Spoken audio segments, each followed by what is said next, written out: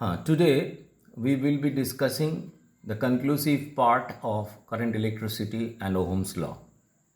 Now, as per my memory is concerned, last we have studied Ohm's law. Now we will start the discussion from shunt. A shunt is a very small resistance kept in parallel to a very valuable electrical instrument, namely a galvanometer. Like here you can see the diagram. A galvanometer is here and the shunt is kept in parallel to that. The shunt will always have a smaller resistance than this instrument. So whenever the main current flows, major part of that main current flows through the shunt and lesser part moves through the galvanometer. If we assume that the galvanometer carries a current Ig and the shunt carries a current Is, then it is obvious that the potential difference between the two ends A and B will remain constant. So Va minus Vb becomes constant. That means galvanometer resistance G into current Ig, shunt resistance S into current Is. These two products will be equal. From here, following the two steps, we will go into the current through the shunt, which is denoted as Is. Is will become capital I into G by S plus G. Now it is obvious, look, if this carries a current Ig and this carries a current Is, then it is very simple that the sum of these two will become equal to I. And hence, following this formulation, Ig equal to I minus Is, we could determine the value of Ig, which is I into S upon S plus G. That is what about shunt. Next, we will be discussing the combination of resistances. You know, there are two types of combination of resistances, series and parallel. It was there in your class 10 syllabus.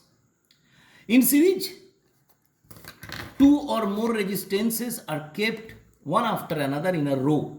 In parallel, two or more resistances are kept between two fixed points. I mean, their endpoints are same.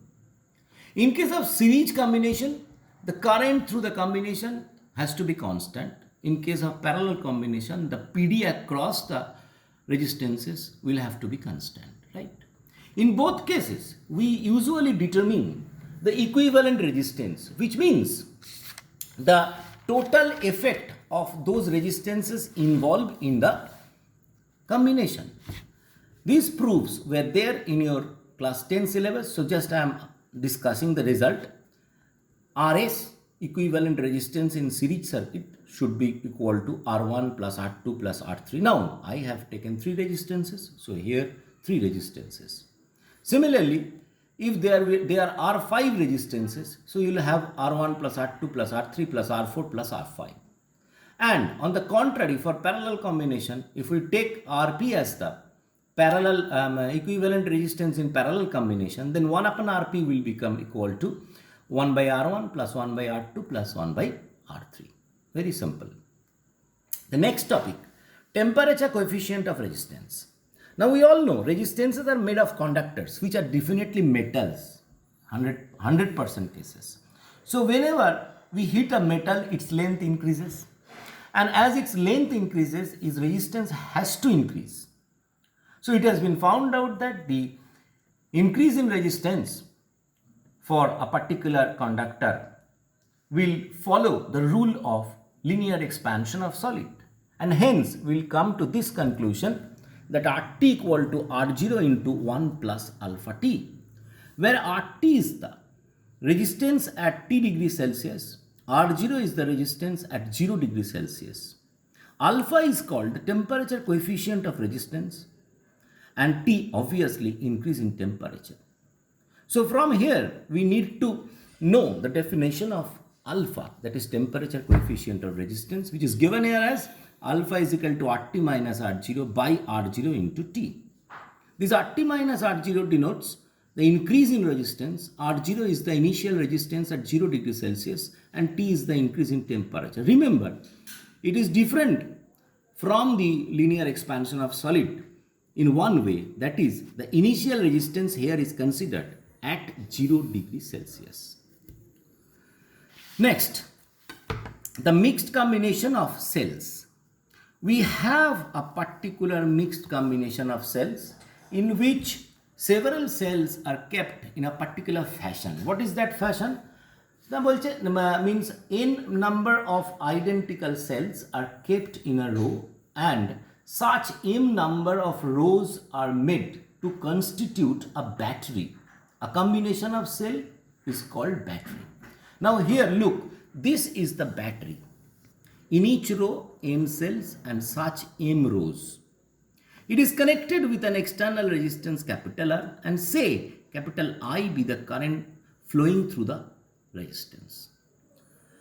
Now we will derive this formulation obviously. If each cell is having an EMF E, an internal resistance small r, then the expression for I will be MNE by NR plus MR. Now how do we arrive to this conclusion? Let's see. Just come here. Now the equivalent EMF of each row will be any. How many rows are there? M rows are there. Each row is having an equivalent EMF small n. So M rows will also have an equivalent EMF n. Similarly, the equivalent internal resistance of each row will be NR. Why? Just R plus R plus R plus R plus R plus N times, so it becomes NR. Now if we consider M rows, those are in parallel combination. So let us consider suppose the equivalent resistance of all the cells X. So what do we get? According to the rule of parallel combination, 1 by X become equal to 1 by NR plus 1 by NR plus 1 by NR dot dot dot up to M terms. So 1 by X has to be equal to M by NR, which is equal to X equal to NR by M. Thus, the current through the conductor, through the external resistance will be I equal to equivalent EMF by total resistance. Now here equivalent EMF is any and total resistance has to be the external one R plus the total internal resistance, equivalent internal resistance NR by M. Simplifying it, we arrive to this place I equal to MNE by M capital R plus N small r.